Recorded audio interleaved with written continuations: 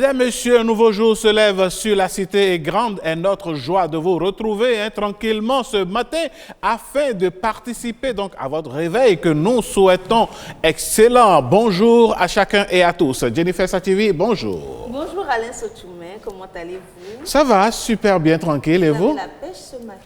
Ah oui, par la grâce de Dieu, ça va, on essaie de faire aller. Ah, oui, en tout cas, c'est un plaisir d'être en votre compagnie et de retrouver nos chers téléspectateurs. Bonjour à vous et c'est encore parti pendant cette matinée. Nous allons vous proposer assez de choses intéressantes, mais surtout le plat de résistance qu'est le débat. Et nous parlons d'un sujet dans lequel, Alain, plusieurs vont se retrouver.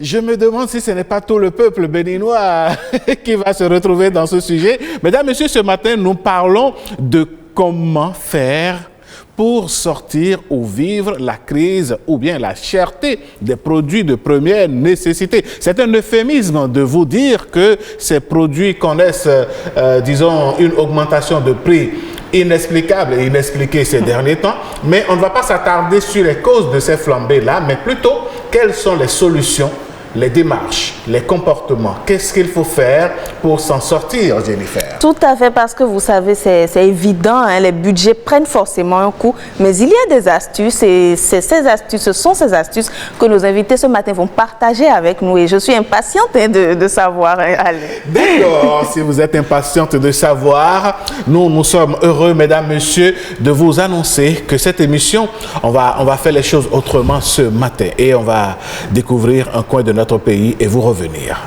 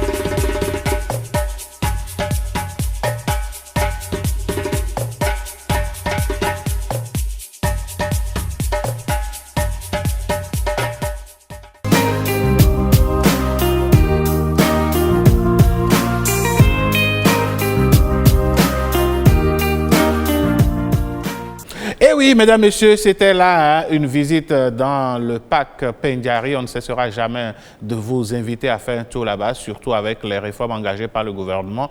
Je pense que les choses changent côté qualité et surtout côté quantité également et surtout manière de faire. Vous l'avez dit, je crois que tout est dit.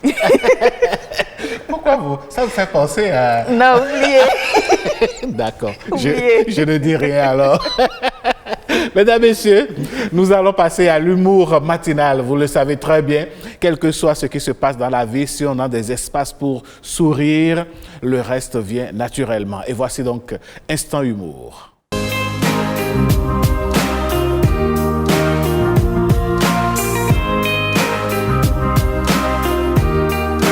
Aujourd'hui, par exemple, moi, je ne savais pas qu'il y avait contrôle de cache-nez. Or que j'avais oublié pour moi à la maison. Donc, je me suis débrouillé pour fuir les policiers. Donc, je roulais à 395 km par seconde. Qui a dit, pourquoi vous aimez vous mettre la bouche dans ce qui ne vous regarde pas? Donc, arrivé à un niveau donné, j'entends, Mison Beléo. Ah, bon, nous sommes dans un pays de droit.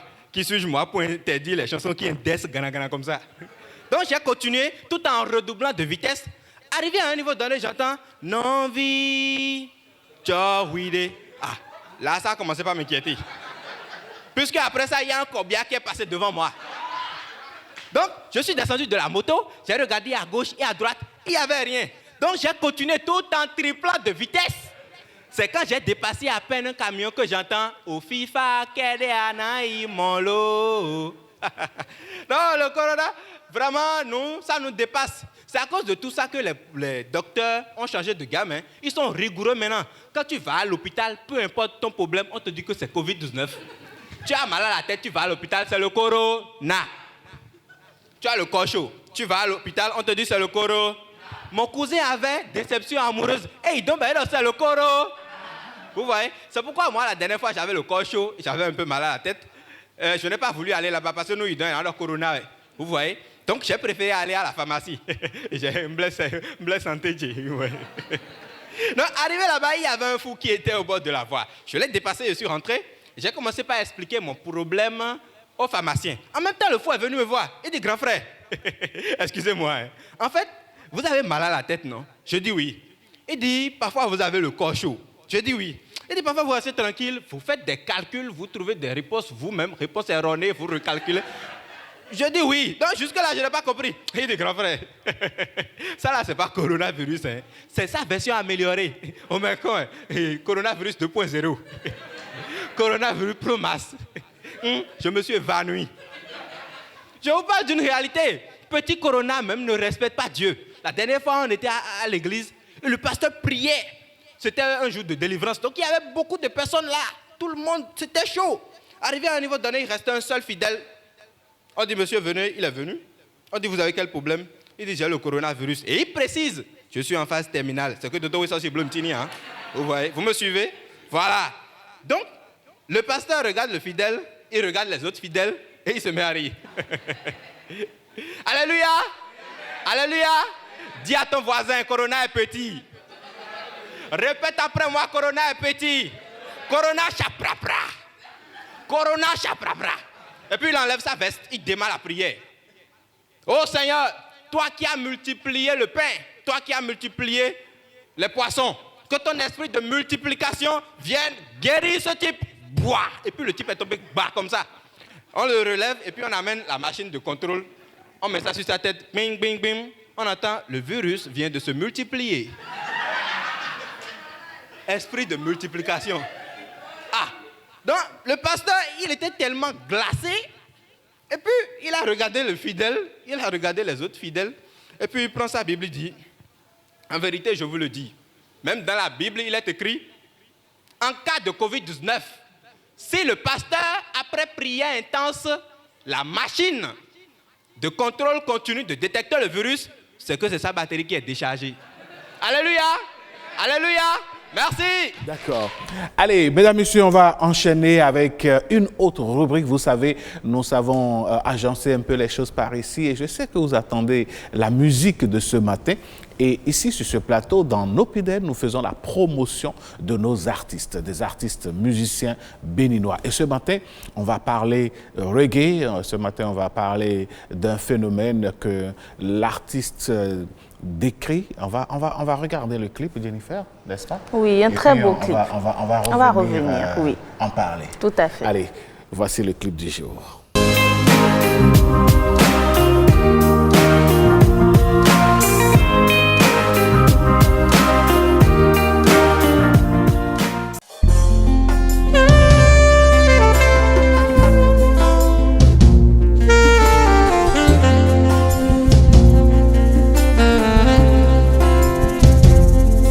Willie, Dande, yeah, Willie, yeah, de, Bomi, we women, and they are willing, and they are they willing, they for me, but for they are full.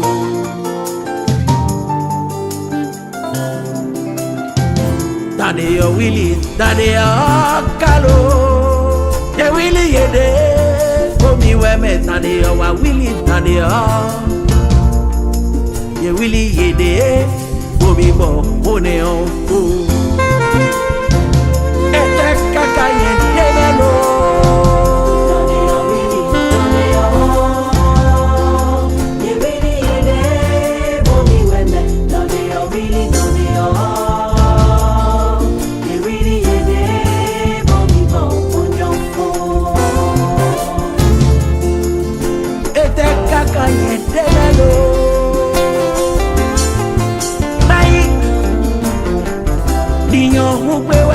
Kajana nimekoi Yesu Kristo sea maini yo hukwe kaja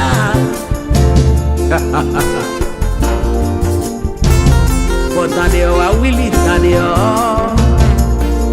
ye wili yede ruruwo kone Hallelujah. Hallelujah.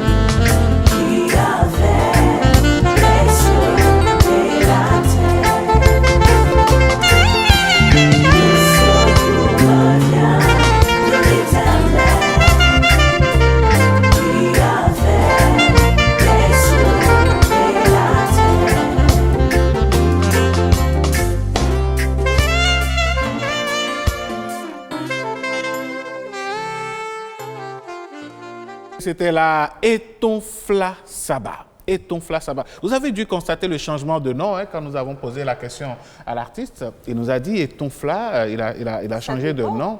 Ça déborde. Ah non, vous comprenez Ah pas oui, je bien. comprends fond. Ah ouais, je suis d'accord. Ça déborde, la coupe de bénédiction, la Oh coupe là là. de bonheur déborde parce que c'est biblique. Hein. Tout à fait. Il est écrit que le Seigneur dresse devant nous une table Devant nos ennemis. et notre coupe Déborde. de bonheur. Alors, depuis que cet artiste s'est engagé donc dans la foi chrétienne, il a martelé, il continue son petit bonhomme de chemin. Il dit aujourd'hui, quel que soit ce que l'homme prévoit pour vous, quel que soit le malheur que l'homme prévoit, Dieu est là pour renverser Toujours. la tendance. Et là, les ennemis se mangent entre eux, les savent pas savoir les uns les autres. Et puis bon, voilà. En tout cas, c'est un très beau choix de clip que j'ai beaucoup savouré et aimé. Je vous ai suivi, écouter, suivre la musique toute la matinée. Allez, mesdames, messieurs, on va à présent aborder le sujet, le plat de résistance de ce matin, juste après le jingle.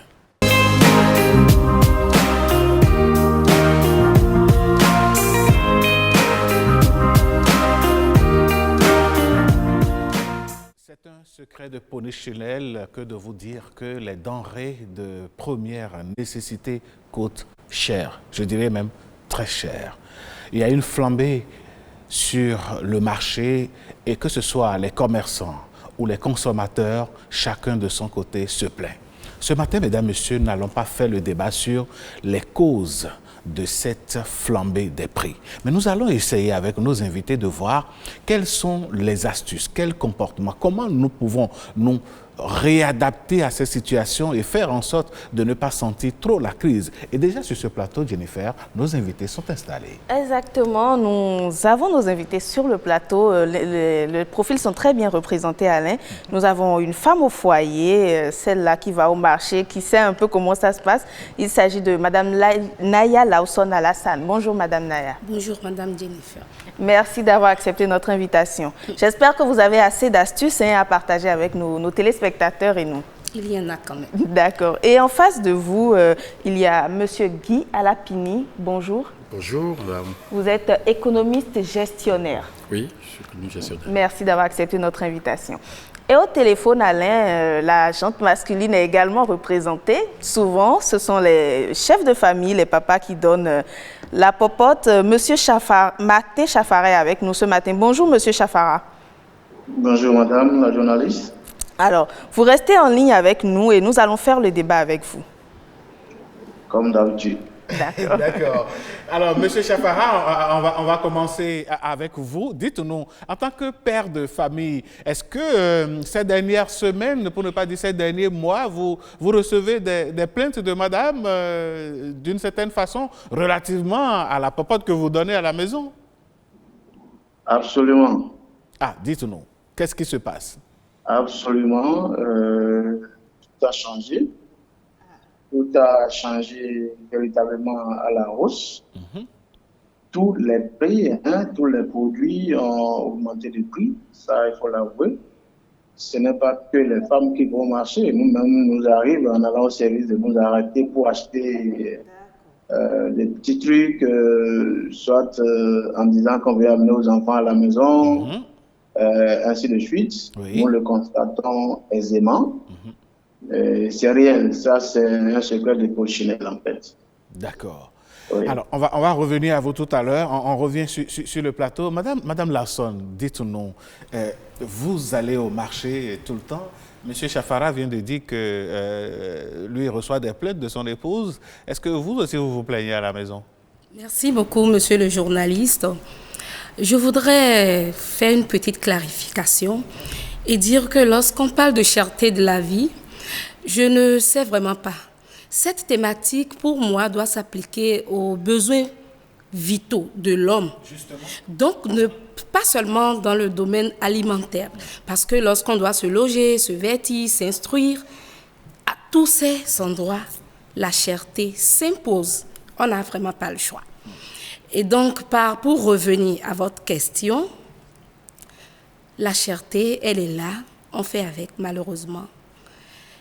C'est le moment de réfléchir, comme vous l'avez dit, à partager des astuces, comment on fait dans nos foyers pour gérer. Voilà. Précisément, comment vous faites lorsque vous êtes face à cela, vous avez un budget de prévu et par exemple vous allez au marché, puisque là nous sommes quand même dans le domaine alimentaire, vous allez au marché, vous êtes confronté à une hausse à laquelle vous ne vous attendez pas. On est confronté, comme je l'ai dit, on fait avec. Et c'est le moment pour nous de faire appel aux notions d'économie familiale. Je me rappelle quand on était sur les bancs, nous avons fait de l'économie familiale. Oui. C'est le moment d'appliquer quelques notions reçues. Vous rappelez encore ces notions? Bon, en économie familiale, par exemple, on nous a appris que chez soi, on peut faire de petits jardinages et cultiver de la tomate, du piment, du gombo. Je crois que moi, personnellement, je ne l'ai jamais appliqué, je ne l'ai jamais fait. Mais j'ai commencé à y réfléchir. Déjà chez ma mère, je la vois le faire. Je suis entrée, j'ai vu des tomates qui poussaient. Je dis, mais maman, c'est quoi? Elle dit, la tomate qui coûte cher là, toi, tu veux que je fasse comment? Je dis, mais maman, malheureusement, je veux faire comme toi, mais je ne peux pas. Et donc, d'autres astuces, moi, je pense que tout se pose sur le salaire, le gain net que nous avons comme ça. Aujourd'hui, si nous allons tabler sur la base de la proposte que monsieur donne d'habitude, parce que lui-même, son salaire n'a pas augmenté. Et donc, le budget n'a pas augmenté. C'est juste qu'il faut diversifier désormais les sources de revenus. Nous n'allons pas nous accrocher au seul métier qu'on connaît. Il y a beaucoup de choses qu'on peut faire qui peuvent nous ramener de l'argent. À côté de ça, je dis, pour nous femmes, l'astuce que beaucoup de femmes ne semblent pas voir efficace, à mon avis, c'est d'acheter les choses en gros au marché. C'est très important. Oui, moi personnellement, je suis contre que la vie soit chère ou pas. J'ai toujours été contre, à plus forte raison qu'elle soit chère. Parce qu'il y a toujours une marge que vous économisez en achetant au prix de gros. Certains me diront, mais c'est une question de bourse. Mais je dis non. Pas forcément. Parfois, le problème de conservation peut se poser également à ce niveau, madame. Je reviens toujours aux notions d'économie familiale. Au temps de nos grands-parents, il n'y avait pas forcément un réfrigérateur. Il y a des aliments qui se conservent à l'huile simple. Il y a des aliments qui se conservent juste en les passant au feu doux, les soies, les poissons, par exemple. Et quand je reviens au jardinage dont j'ai parlé, ces condiments, parlant de tomates, piments, gombo, ça reste sur les plants. Il suffit juste de les arroser, de les voir. Il y a l'élevage qu'on peut faire chez soi. Si vous êtes chez vous, des poulets, des trucs, juste pour ne pas avoir déboursé grand. Merci beaucoup, Madame Naya. Merci, Madame Naya. Alors, Monsieur Alapene, vous qui êtes économiste gestionnaire, cette fois-ci, comment est-ce que nous allons gérer les choses pour s'en sortir? La crise, la cherté de la vie entendue. Merci, monsieur le journaliste. Merci, madame la journaliste. Je voudrais d'abord dire merci à madame Naya. C'est bien Naya, hein, parce que, bon, elle a abordé l'essentiel des astuces. Alors, en tant qu'économiste, si je dois ajouter tout de suite quelque chose, c'est de dire que il faut donner aux gens l'approche par laquelle ils peuvent procéder à l'achat en gros. Il faut peut-être partager avec eux. C'est lorsque, par exemple, déjà vous êtes dans une unité de production, vous êtes dans un service, vous êtes dans une association, dans une mutuelle, que, par exemple, vous vous entendiez pour dire que, bon, moi, je voudrais bien 2 boîtes de lait, et toi, 4 boîtes de lait, et ainsi de suite. Non, je voudrais bien 25 kilos. Moi, je suis à 25 kilos de riz par mois. Toi, tu es à 2 kilos de riz. On s'entend, et puis, bon, on dit, la mutuelle va acheter du riz en gros, et puis, tous ceux qui sont dans cette mutuelle-là se partagent ce riz-là. Vous voyez, donc, déjà, ça fait une économie en termes d'économie d'échelle. Parce que dans le grand nombre, vous faites suffisamment d'économies et puis le peu que vous économisez, la marge bénéficiaire pourra servir à couvrir d'autres charges. Donc du point de vue économique, c'est d'abord ça. Secondo, c'est qu'il faudrait que par rapport à l'éventail des dépenses que vous aviez, vous commencez déjà par éliminer les dépenses superflues. Les dépenses superflues. Parce qu'il y a des dépenses qui vraiment parfois, on se demande pourquoi on l'a fait. On le fait parce que, bon, parfois on veut paraître. Et ce n'est pas nécessaire. Et c'est des achats qui ne sont pas vraiment utiles. Vraiment utiles.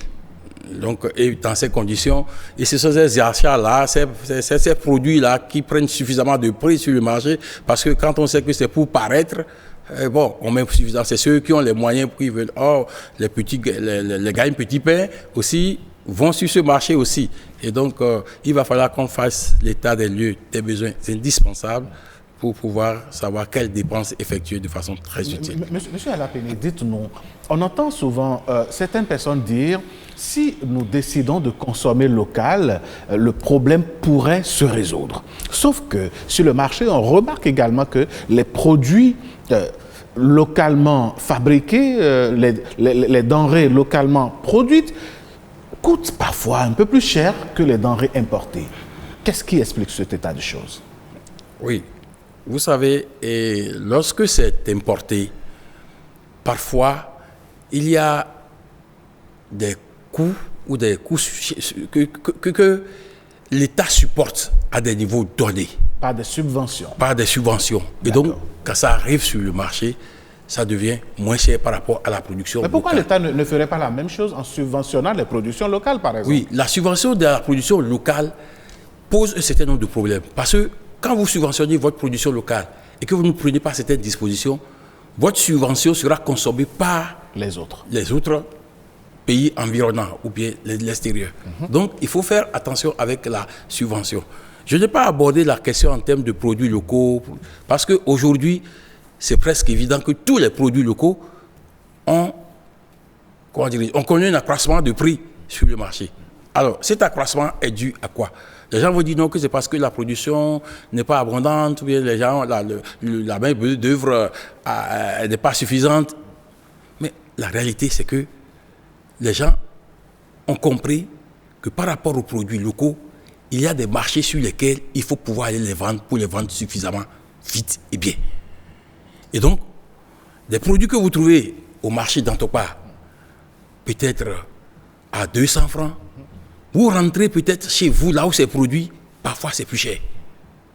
Parfois c'est plus cher parce qu'on produit, on envoie tout en ville. Tout en ville et au niveau local, le produit est encore cher. Donc, il se pose un problème de gestion des flux au niveau des administrations communales. Au niveau de la gestion des marchés, des produits locaux, des producteurs. Quand vous produisez, est-ce qu'on va réglementer la quantité qui va sortir de la localité? Est-ce qu'on ne va pas réglementer? Tout ça, c'est des choses qu'il faut regarder et voir dans quelle mesure on peut réguler un peu ce circuit-là. D'accord, mais merci beaucoup, M. Alapene. Alors, M. Chafara, vous avez suivi les divers échanges. Est-ce que vous pensez que si on mettait en application ces conseils-là, on pourrait s'en sortir, chercher d'autres cordes à son arc, par exemple, pour les revenus, acheter en gros et mieux conserver? Est-ce que vous pensez que ça pourrait nous permettre de garder ce qu'on peut? Oui, merci madame. Ce qui m'intéresse le plus dans le débat, c'est que nous sommes tous unanimes sur le fait qu'il y a vraiment cherté de la vie. Oui. Ça, c'est déjà intéressant. Maintenant, par rapport aux interventions, je pense que les solutions envisagées ne sont pas à rejeter dada, mais il y a toujours un mais. Toutes ces solutions que les gens nous proposent, c'est pour les gens qui sont organisés. C'est pour les fonctionnaires, par exemple. Oui. Je ne suis pas en train de voir un Zémidiaman, sinon un groupe de Zémidiaman, s'associer pour dire, bon, écoute, moi j'utilise telle quantité ou telle autre quantité, mettons-nous ensemble pour aller acheter. Vous voyez? Ils pourraient le faire, les émigrants dont vous donnez l'exemple, puisqu'ils sont souvent sur des packs de regroupement, et ils se connaissent les uns les autres. Je suis en train de venir, monsieur. D'accord. C'est possible qu'ils arrivent à le faire, comme ils peuvent ne pas pouvoir le faire, puisque c'est une affaire de confiance et c'est une affaire d'entrée de sous pour chacun. Alors, ne vous attendez pas à ce que quelqu'un qui n'a pas gagné de marché un jour puisse souscrire à cette proposition. Ici, au niveau des fonctionnaires, vous savez que quoi qu'il arrive, vous avez votre salaire à la fin de mois et vous vous organisez à la fin de mois pour payer ce que vous voulez payer. Ça, je suis d'accord. Maintenant, pour un Zébidiaman, quand vous prenez l'exemple, j'insiste là-dessus, parce que ceux-là vont payer. Pour la plupart, ils n'ont pas leurs propres moyens pour faire le travail qu'ils font. Oui. Et il faut par semaine aller payer le propriétaire. Je vous avoue, c'est des gens qui transpirent sérieusement. Il y en a qui n'arrivent pas à solder toutes les fins de semaine telles que c'est prévu dans le contrat. Mais, et pour joindre les bouts à la maison, c'est très difficile. C'est un exemple parmi tant d'autres. Oui. Ils peuvent s'organiser tel que vous le dites, mais ce n'est pas aussi évident pour toutes les couches sociales que nous avons au pays. Ça, c'est clair. Mais les gens peuvent s'organiser. Puisqu'on est en train de donner des exemples, ils peuvent toujours s'entendre pour s'organiser. Mais est-ce que tout le monde a effectivement les moyens d'avoir de l'argent, de pouvoir mobiliser l'argent pour aller commander, acheter en gros tel qu'on le dit? Je ne pense pas. Le pourcentage, si on le fait aujourd'hui, ça serait très, très faible. Comme je le dis, en dehors vraiment des personnes qui sont dans des structures organisées, qui attendent quelque chose à des périodes claires, je ne pense pas que tout le monde ait cette possibilité. Et donc, du coup, il y aura toujours des gens qui vont se plaindre. Voilà un peu. Monsieur Chafara, Oui. Madame Larsson tout à l'heure, en début d'émission, disait ce n'est pas que les produits vivriers, ce n'est pas que l'alimentaire. Il y a aussi Oui. les autres pans de la vie. Prenons par exemple la santé. Comment est-ce que le citoyen doit se comporter? Qu'est-ce qu'il pourrait faire tout au moins pour prévenir les maladies, quand on sait que également les soins, en attendant donc que la réforme sur l'assurance ne prenne réellement, nous sommes déjà en 2022, comment est-ce que le citoyen peut s'organiser de ce côté-là, par exemple? Ah oui, ce côté, je pense que c'est là même le hic de la situation dont nous parlons. C'est un peu difficile, comme je le dis, tout ce que soit au niveau de la santé, au niveau se vêtir, on dit les droits fondamentaux, Oui. les besoins fondamentaux. Oui. Ce n'est pas facile pour ceux qui ne sont pas organisés. Ce n'est pas facile. Tout ça va toujours leur tomber dessus et ils vont toujours courir au dernier moment pour chercher solution. Pour ceux qui sont organisés, il n'y a pas de problème. Il y a les assurances. Pour ceux qui n'ont même pas d'assurance, on peut voir toujours quelque chose pour la maladie. Mais de l'autre côté, je dis, ce qu'ils gagnent ne suffit même pas pour qu'ils prévoient ça. C'est ça la vraie question. Maintenant, comment ils peuvent s'organiser? Écoutez, nous avons les tisanes, hein, et pour ceux qui n'ont pas les moyens. Ah oui, mais écoutez, on ne va pas occulter cet aspect traditionnel qui nous permet d'éviter un certain nombre de choses. C'est trivial, on ne peut pas l'occulter. Donc, voilà un peu ma position par rapport à la chose. Les gens doivent recourir à certaines pratiques qui leur permettent vraiment de subvenir à leurs besoins, puisque nous n'avons pas le même niveau de vie. Donc, et c'est ça qui tue aujourd'hui l'Africain, c'est le fait de vouloir se mirer par rapport à celui qui n'est pas à votre rang, qui tue en fait les gens. C'est ça qui tue. Dont parlait M. Alapini. Dont quelqu'un a parlé tout à l'heure. Et c'est ça qui tue les gens. Hein, où vous avez, excusez-moi, des fois disent, tu vois, l'autre. Le ressemble non lâché, là. Oui. Il a telle chose, il faut que nous puissions l'avoir. Alors que vous savez pertinemment que votre mari ou bien votre époux n'a pas la possibilité d'avoir ces moyens, mais on lui oblige jusqu'à ce que celui-là va s'endetter et on multiplie les problèmes. Voilà un peu un certain nombre de choses. Donc il ne sert à rien de se comparer à l'autre, mais c'est de vivre selon les moyens que nous avons, calquer véritablement cette dépense sur les moyens que nous avons, et chacun pourra s'en sortir. Merci, M. Chafara. Monsieur Chafara. Madame Larsson, je reviens à vous. Je suis bien intéressée par ce dont vous avez parlé tout à l'heure, multiplier ces sources de revenus. On a parlé des fonctionnaires qui ont peut-être un certain horaire. Comment pensez-vous que les uns et les autres peuvent s'organiser? On a donné l'exemple tout à l'heure des conducteurs de taxi-moto. Merci beaucoup, Madame Jennifer. Je vais, avant de répondre à votre question, partager une astuce que j'ai. Elle va peut-être vous choquer, parce que j'attendais que ça vienne, mais apparemment, ça ne vient pas. Parce que tel que vient de le dire M. Chafra, on a beau mettre en pratique les quelques astuces que nous venons de partager, le problème, il demeure. Ceux qui se plaignent le plus, c'est les couches les plus vulnérables. Prenons le cas des EM, par exemple, c'est eux. Mais est-ce que vous avez constaté comme moi que c'est cette couche-là qui a beaucoup plus d'enfants? Alors, l'astuce que je propose purement et simplement, c'est de limiter les naissances. Parce que plus vous avez de charges, plus vous devez trimer transpirer pour pouvoir subvenir à tous ces besoins. Et pour revenir donc à votre question, comment est-ce qu'on peut faire pour diversifier? Je sais que dans un passé récent, sinon jusqu'à aujourd'hui, il est formellement interdit pour un fonctionnaire, par exemple, d'avoir une autre source de revenus, et de l'exhiber, de l'exercer. Mais malheureusement ou heureusement, tout le monde sait, tout le monde ne veut pas le reconnaître. Les fonctionnaires, les personnes bien placées ont bien d'autres sources de revenus. J'en connais qui travaillent dans des banques, qui ont de petites boutiques, des femmes. Un jour, hier simplement, j'ai discuté du cas d'une dame, mais je ne pouvais pas le croire parce que, haut placée dans sa structure, elle travaille dans une banque, mais j'ai été surprise d'apprendre qu'elle fait les pains tissés. Et qu'elle a même une boutique, ça lui rapporte de l'argent. Donc, ça, c'est au niveau de nous, les femmes. Nous pouvons, quel que soit notre métier formel, quand la femme veut, elle le fait. Et il y a de ces petits trucs qui se font en ligne. Les femmes le font bien de nos jours. Celles qui sont organisées et qui pensent que le problème, il est sérieux. Maintenant, du côté des hommes, je ne sais pas. Peut-être qu'il leur est difficile de gérer.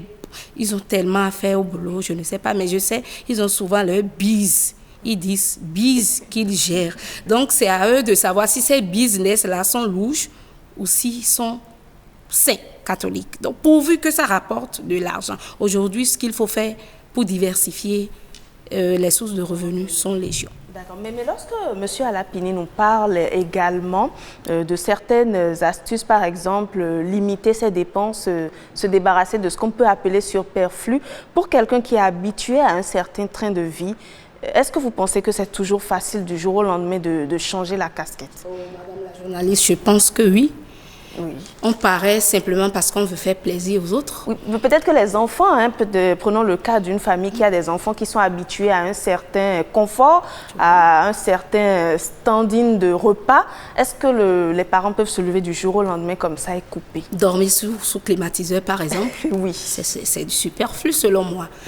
Les enfants n'ont pas de loi à imposer. Vous que ce n'est pas confronté à la chaleur. C'est pourquoi vous dites ça. Bien sûr que oui, Madame Jennifer, on sait quelque chose. Mais la chaleur, on est dedans, on fait avec et il faut juste chercher les moyens de la contourner. Je disais tantôt qu'aucun enfant, en tout cas chez moi, dans mon foyer, d'abord chez ma mère, un enfant ne peut pas imposer sa loi à des parents, non. Maman, tu m'as dit oui. Et donc ça, pour moi, c'est moi qui t'ai mis au monde. D'accord. Donc voilà. C'est vite fait bien même. Des gens... Prenons des exemples. Vous avez peut-être l'habitude d'aller vous habiller dans des prêt-à-porter haut de gamme. Et aujourd'hui, il y a plusieurs coins de friperie, des tenues que vous achetiez peut-être à 9, à 200 €. Vous pouvez trouver ces tenues-là dans l'informel, dans la fripe, neuve également, à vil prix. Donc, c'est autant de... Il faut faire avec. Je ne vois pas pourquoi les gens veulent toujours compter avec l'avis des autres. C'est tout. Le problème, c'est un complexe. Et je crois que ça tue la société. Oui. En tout cas, merci beaucoup pour ces astuces. Je pense qu'on va les essayer, Monsieur Alapini. Oui. Quand M. Chafara parlait, vous piaffiez de penseurs pour répondre. Oui, j'ai quelques peut-être précisions à apporter. C'est lorsqu'il dit par exemple que si on prend les couches vulnérables, qu'on prend par exemple les étudiants, c'est des gens qui, c'est vrai, on voit une certaine organisation, mais qui en réalité n'ont pas un revenu qui puisse leur permettre de se mettre en groupement. Je veux nuancer un peu cela, parce que quelle que soit la couche sociale à laquelle vous appartenez, vous pouvez bien vous organiser avec vos collègues, oui, des gens de même couche, et voir... Encore que c'est dans ce milieu-là qu'on voit souvent des tontines... J'allais pas donner le nom, j'allais pas donner les Adogbe, les tontines et autres qui se font... C'est ceux-là qui ont même apporté ça, ce sont les Zim qui ont apporté l'histoire de tontines Adogbe. Et c'était avec eux qu'on a vu ça en premier. Ce sont eux qui se sont entendus, qui ont commencé par dire, bon, à la fin de l'année, on va se partager. Donc, c'est dire que c'est une question de volonté et une question de vision. On dit que c'est des gens qui n'ont pas un revenu suffisant. Ils vivent de cela. Ils vivaient de cela. La cherté de la vie nous a rattrapés. Ils vont s'organiser à nouveau pour pouvoir faire face avec leurs revenus. On ne voit pas le problème. Le problème ne se pose pas actuellement sur le plateau en termes de revenus, mais c'est en termes d'astuces pouvant être utilisées pour faire face. Et c'est en termes de cela que lorsque madame dit diversifier les ressources, les sources de revenus, j'admets la chose. Lorsqu'on dit par exemple que les gens s'organisent pour pouvoir faire des achats beaucoup plus en gros, ça va réduire un certain nombre de charges et diminuer le coût de revient des produits. Lorsqu'on dit par exemple qu'il faut éliminer certaines dépenses, certains produits de nos assiettes quotidiennes, c'est normal. Lorsque madame parlait par exemple des enfants, de repas des enfants et qu'on dit, bon, on avait un standing de repas, très bien, on peut bien remplacer ce standing de repas par un autre standing de repas, un autre type de repas qui puisse bien permettre à l'enfant de pouvoir avoir tout ce qu'il lui faut comme nutriments et grandir. Justement de repas, on remarque dans certaines familles une tendance au gaspillage alimentaire. C'est-à-dire que, bon, on jette les repas, bon, voilà, chacun prend la quantité, au lieu que chacun prenne la quantité qui devrait suffire à se rassasier, on prend au-delà. Le gaspillage alimentaire, tant dans les familles que dans les supermarchés, par exemple, où les vivres frais invendus, quels sont les traitements que les supermarchés en font dans notre pays? Qu'est-ce que vous pensez de cette affaire? Oui, moi, j'ai suivi les vivres frais un peu dans le pays des autres. Et quand ça arrive à un niveau, on fait sortir purement et simplement, on met à la poubelle. Et puis, les besogneux vont à la poubelle, vont se servir royalement et puis en prennent. Mais la vraie question qui se pose, c'est lorsque vous êtes dans un foyer et que vous avez un revenu donné et qu'on dit qu'aujourd'hui, la vie devient chère en termes de denrées alimentaires et autres, vous devez pouvoir vous asseoir. Vous pouvez discuter avec les apprenants, avec les enfants. Oui. On s'asseye, on discute avec eux. Chacun donne son point de vue. Oui. Par quoi on peut remplacer ceci, par quoi on peut remplacer ça. Pour tout en orientant pour faire le menu de la famille et leur dire désormais ce qu'on peut dépenser. Voilà ce que je consacrais et voici ce que nous avions. Maintenant, quand je consacre la même chose, voici ce que j'arrive à. Comment on peut faire, par quoi on peut remplacer. Ça, c'est des astuces pour gérer la cherté de la vie. Peut-être pour rigoler, c'est comme cette histoire de cassoulet qui est devenue chère à la fin de l'année. Les gens disent il faut aller chercher du vanzou, tout simplement, ou du abobo.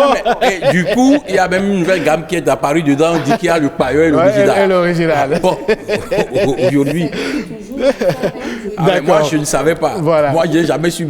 C'est récemment que j'ai appris ça. J'ai dit, mais c'est pas parce que, comme vous le dites, un fonctionnaire, un très haut fonctionnaire qui aujourd'hui a une ferme, a produit cette denrée-là. Il avait près de 400 kilos dans sa chambre. Il ne savait même pas que c'était de l'argent pour lui. On posait quand j'ai dit, mais écoute, il dit, mais j'ai fait ça, mais je n'ai même pas. C'est là. J'ai dit, mais le kilogramme est à 4 000 aujourd'hui. Il dit, c'est pas vrai. Vous lui avez ouvert la voie pour gagner aujourd'hui, je ne sais pas s'il a fait une émission.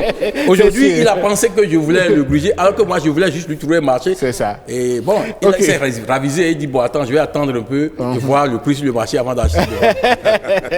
Ok, allez, mesdames, messieurs, cette émission, c'est aussi vos contributions. Hein, et nous avons un tout premier message de nos amis internautes. Tout à fait, le premier message de Mémé Bouriana Dagia qui nous dit aujourd'hui, si l'on n'est pas politicien de bon niveau pour avoir des salaires mirobolants, pour bien vivre, il faut nécessairement se créer des activités génératrices de revenus. Avoir plusieurs cordes à son arc, sinon il n'y a pas de porte pour aucun ménage de joindre les deux bouts avec comme seule entrée le salaire ou la pension de retraite. La vie coûte cher et le pouvoir d'achat s'amenuise au jour le jour. La ceinture est trop serrée et l'on ploie sous le poids des taxes impossibles dans ce pays. Alors, un deuxième message, mesdames, messieurs, nous vient de madame Gisèle Dantinon qui dit ceci, un sujet de l'heure. Aujourd'hui, il faut diversifier ses sources de revenus car le salaire ne suffit pas. Au lieu de planter des fleurs dans les concessions, commençons à faire des potagers en cultivant des légumes. Au Cameroun, par exemple, presque toutes les familles ont un potager. Ayez un petit élevage de poules pour avoir des œufs, etc. En tout cas, l'heure est à la diversification des sources de revenus. Moi, je fais de l'héliciculture alors que je vis en location, par exemple. Chacun de nous doit faire preuve d'imagination pour créer des revenus complémentaires. Merci. Allez, c'était les deux messages que nous avons eus ce matin. Alors, Madame Lawson, nous parlions du gaspillage alimentaire, puisque c'est de ce côté-là que la chose est un peu plus criarde. Vous qui êtes mère, comment pensez-vous que les mères qui nous suivent en ce moment, les foyers qui nous suivent ce matin, peuvent s'organiser pour éviter le gaspillage alimentaire à la maison? Moi, je pense que c'est un problème d'éducation. Paix à l'âme de ma feu grand-mère, la maman de ma mère, auprès de qui j'ai grandi, zéro gaspillage de nourriture. Tu commets cette erreur, même une poignée de gari, tu es battu à mort.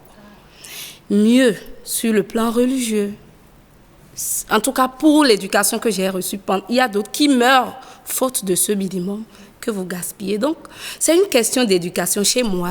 Pas de gaspillage, j'ai grandi comme ça, mes enfants le savent, malheureusement, ils n'ont pas le choix. Et donc, le tout revient aux parents, en devenir, qui nous suivent peut-être, et ceux qui avaient déjà un autre train de vie. Apprenez à vos enfants dès le bas âge, je ne sais pas, donnez-les toutes les possibilités. Ne les mettez pas dans un seul registre. Il faut les éprouver au besoin, pour qu'ils soient aussi bien adaptés aux bonnes situations qu'aux mauvaises. Quand c'est comme ça, les enfants, ils se démettent bien plus tard dans la vie. Et vous-même, parents, vous êtes étonnés de savoir que votre enfant, même sans vous, il se défend. Donc, le problème est au niveau des parents, à mon avis. Merci Madame Lawson. Alors Monsieur Chafara, vous avez suivi les différents échanges et messages également. Est-ce que c'est toujours évident pour un parent d'habituer son enfant à éviter le gaspillage alimentaire ou carrément de changer de standing en ce qui concerne son confort et son alimentation? Monsieur Chafara, vous êtes avec nous? Je suis là, pourtant. Alors, oui. Est-ce que c'est toujours évident pour un parent d'habituer son enfant à rester strict en matière de consommation alimentaire, éviter le gaspillage, ou pourquoi pas, lorsque la donne a changé, s'habituer au nouveau train de vie en ce qui concerne l'alimentation et les autres besoins? Oui, évidemment, on peut le faire dans la mesure du possible, mais on ne peut vraiment pas contrôler à 100%. Puisque les enfants, le gâchis, c'est pas, c'est un peu, il n'y a rien à dire. Il n'y a rien à dire, on ne peut pas contrôler à 100% le gâchis. Donc, pour moi, c'est très difficile d'aller sur ce sujet-là, mais on peut au moins les habituer à autre chose. À quoi, par exemple? On peut commencer par leur apprendre à changer de régime. Si vous avez l'habitude de modifier 3-4 fois par semaine, rester à 2 ou à 3. En tout cas, on peut changer de régime alimentaire en s'adaptant à des choses qui ne sont pas véritablement trop chères par rapport à la bourse des parents. On peut aller sur ce sujet-là et éviter les gaspillages, les rejets, le reste des repas que les enfants jettent régulièrement, par exemple. Il faut apprendre à recycler et à ne pas gaspiller sérieusement tel qu'on en avait l'habitude, même si les enfants sont difficiles à maîtriser à ce niveau-là. Et voilà. D'accord. Alors, Monsieur Alapini, vous avez également suivi la lecture des messages. Quelle est votre réaction? Non, la réaction, je dis que les amis internautes, ils ont raison. C'est en fait le vécu quotidien de tout le monde aujourd'hui au Bénin. Et on ne saurait aujourd'hui penser que ça, dans ce qui se passe, c'est seulement pour les autres.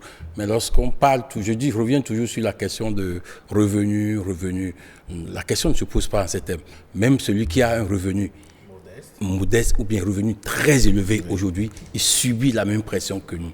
Parce qu'il faut qu'il comprenne, plus votre revenu grandit, plus vos besoins croissent. Donc du coup, c'est les mêmes difficultés qui se présentent à tout le monde.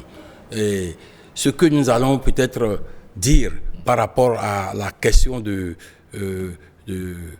gaspillage, sur cette question par exemple, c'est qu'il faut dire que contrairement à ce que pense M. Chaffa, je pense que, comme l'a dit madame, c'est une question d'éducation.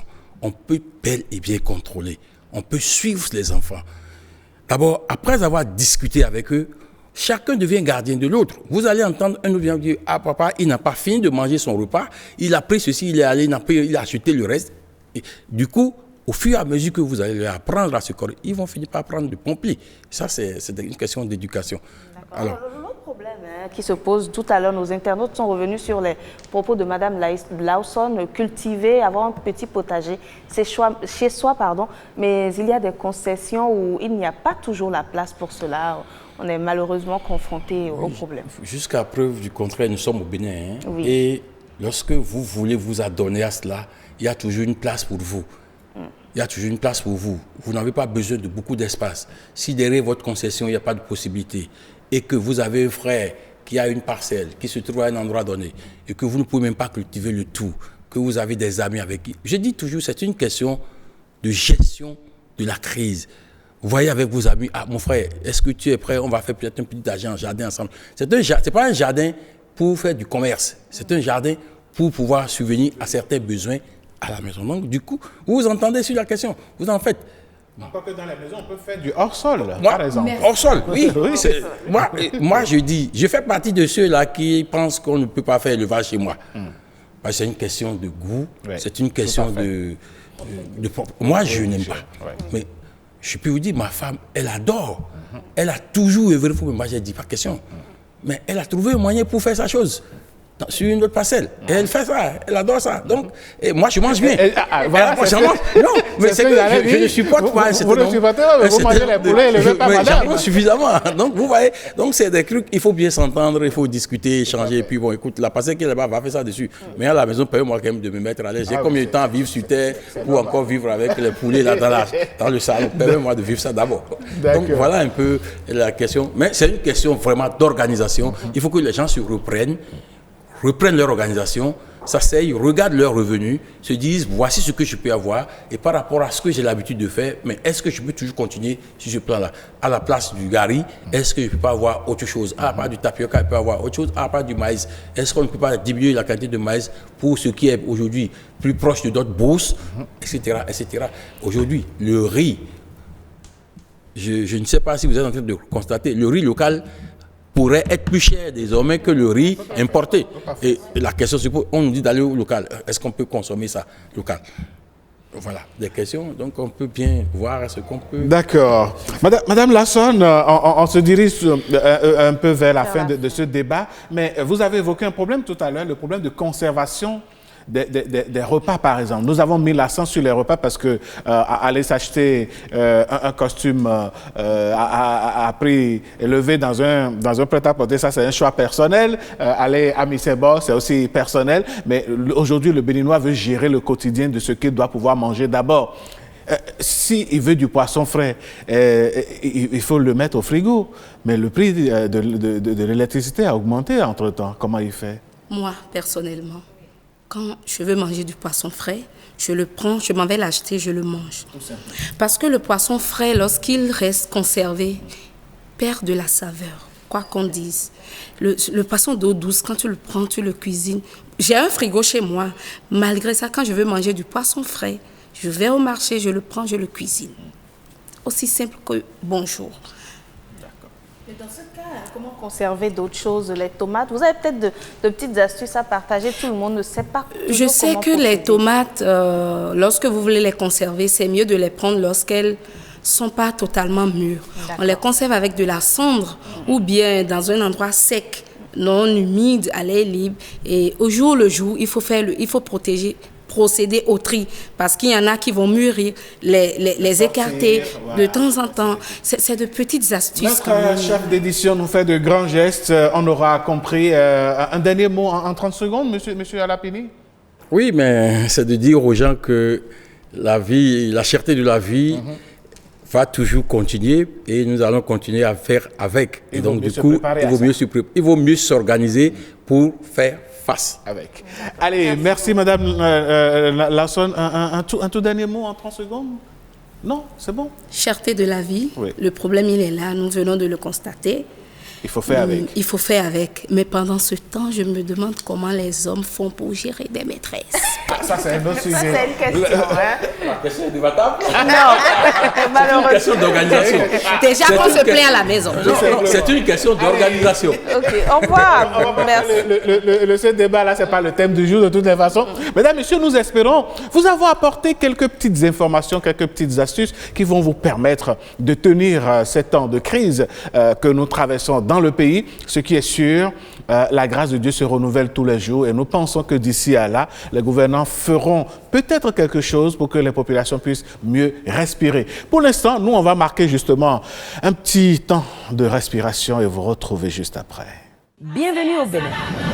Paysage verdoyant, relief multiforme, faune et parc naturel, plages ensoleillées, cité balnéaire ultra moderne, rythme au corps, rite au cœur, vestiges et reliques d'une histoire séculaire, brave peuple, biens et personnes sécurisées.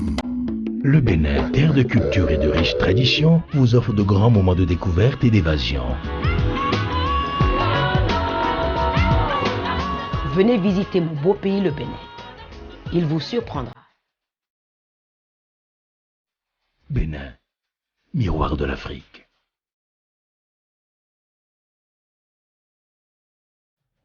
Et oui, on a l'impression de rester sur sa faim avec ce débat, Jennifer. Ce qui est sûr, moi, comme je le disais, j'ai noté mes petites astuces. Je crois que ça va m'aider. D'accord. Allez, mesdames, messieurs, on va enclencher avec us et coutumes pour découvrir des pratiques chez nos parents du jour.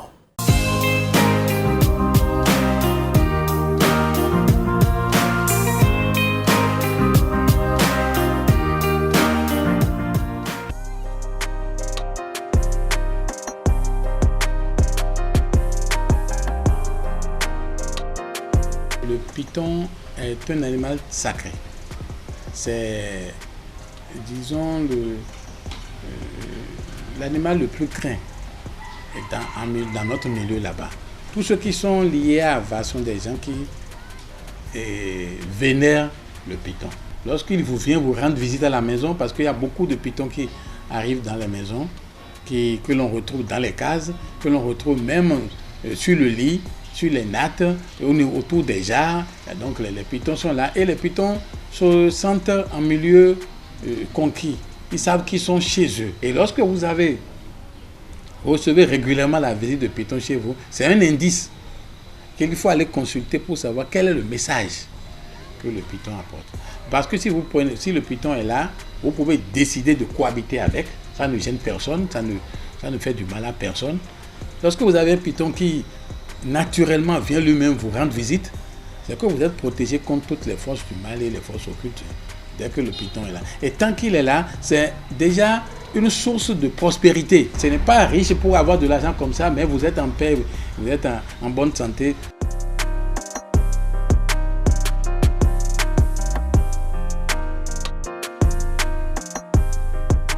Celui qui est de chez nous, par exemple, ne peut pas faire du mal à un python. Le python, c'est la prospérité, c'est la protection. Vous ne pouvez pas détruire ou faire du mal à une entité qui apporte protection et prospérité. Et si jamais il lui arrive, quelqu'un par exemple, par mégarde a brûlé un champ et que le python est emporté dans cet incendie-là, vous voyez, et que lui vient trouver ça, c'est un malheur pour lui. Parce qu'il ne peut pas assister, que ses yeux voient ce qui est arrivé à cet animal sacré-là. C'est que automatiquement, les échecs commencent par se multiplier pour vous. Vous pouvez constater que tout ce qui marchait pour vous, ça ne marchera plus. Vous allez évoluer de déboire en échec.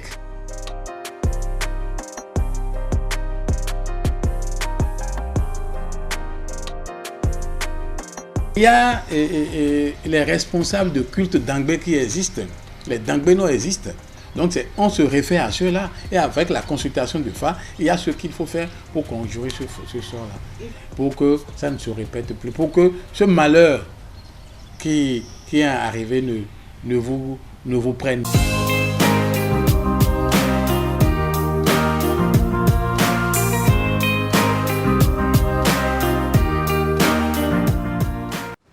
Et oui, c'était la Us et Coutume. Nous enclenchons tout simplement le dernier virage de ce numéro de Nopiden. Mesdames, Messieurs, on va à présent, Jennifer, à nouveau danser, pourquoi pas méditer, se concentrer sur notre... Oui, surtout méditer. Surtout méditer, savoir que il faut vivre en harmonie avec tout le monde, parce que quand vous continuez par piétiner le faible, ce qui est sûr, Dieu prend toujours sa défense. C'est avec Etonfla Sabah.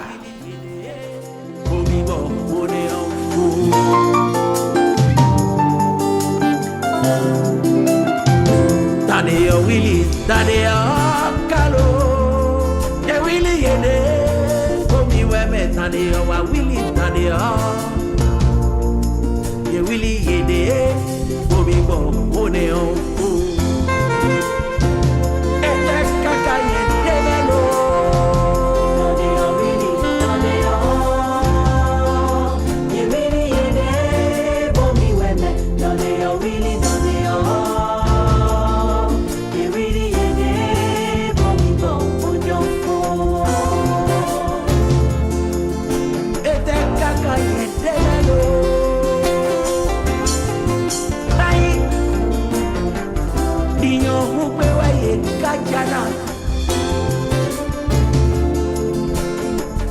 Dime kori Jesu Kristu sea, mai dio hupe kaja.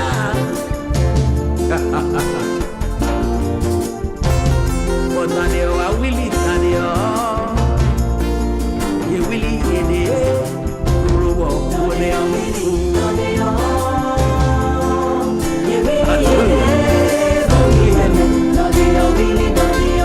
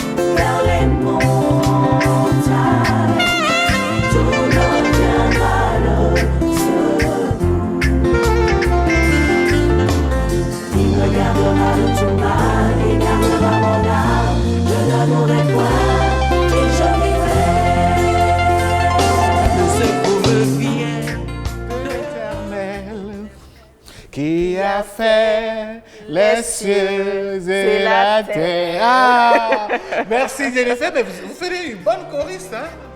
Vous êtes sûr de ça? D'accord.